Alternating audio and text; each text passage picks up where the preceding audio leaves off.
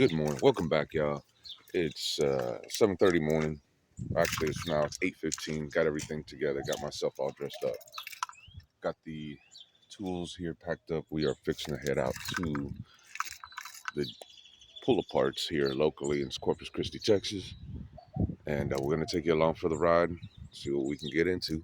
I'm looking for parts, particularly for this Jeep. I know he's looking for some for his vehicle, so we're going to get into all that. And we're fixing to go to this auto parts store on the homeboy here. Yeah. Big T. Yes, sir. All right. Let's get it. We are here at the Pull Aparts Corpus Christi. All right. Well, let's go in. All right. We're here. Got to a location. We found Next J. Just pulled off this piece. Just pulled off the check valve for the brake booster. I've been needing one, and I did check it out. You're supposed to blow on in order to check to see if a valve is right. If it's good, you want to blow on the one side. It should not come out on one, but if you blow on the other side, it will come out. So it should only be one way.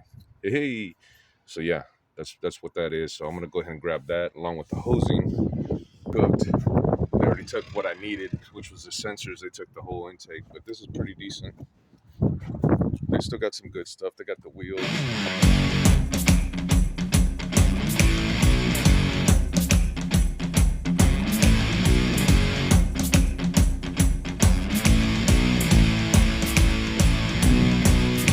That for what that is, but yeah, it's green just like mine. I like it, and it's a sport, so that was pretty dope. I dig that. Might be able to mess around with the rear end there.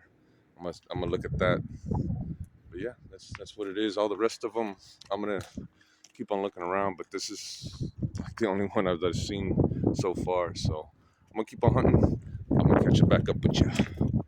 Yeah, so this was a 96. You see that there, 96.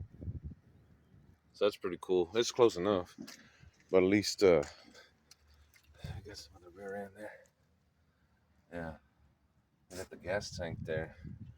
Drums, might be able to come back for those. Somebody took one drum, so they just needed one. So yeah, it's 96.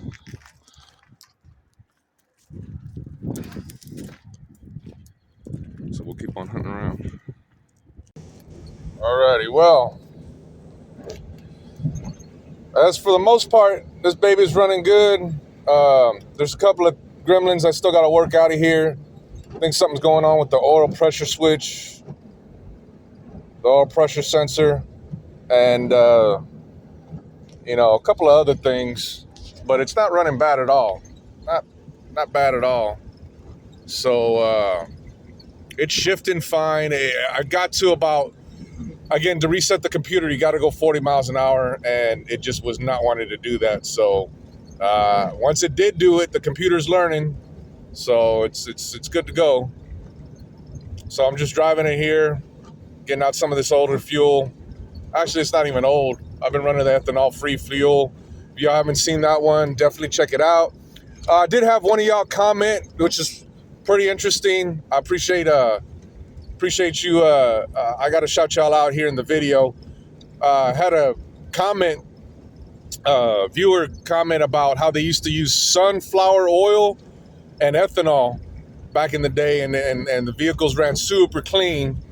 So again, ethanol, he claims that the industry has made us hate ethanol, and it's not a bad thing. He was saying that he's been a farmer forever, and he uses it on his farm. I believe he said he used it on his farm equipment. So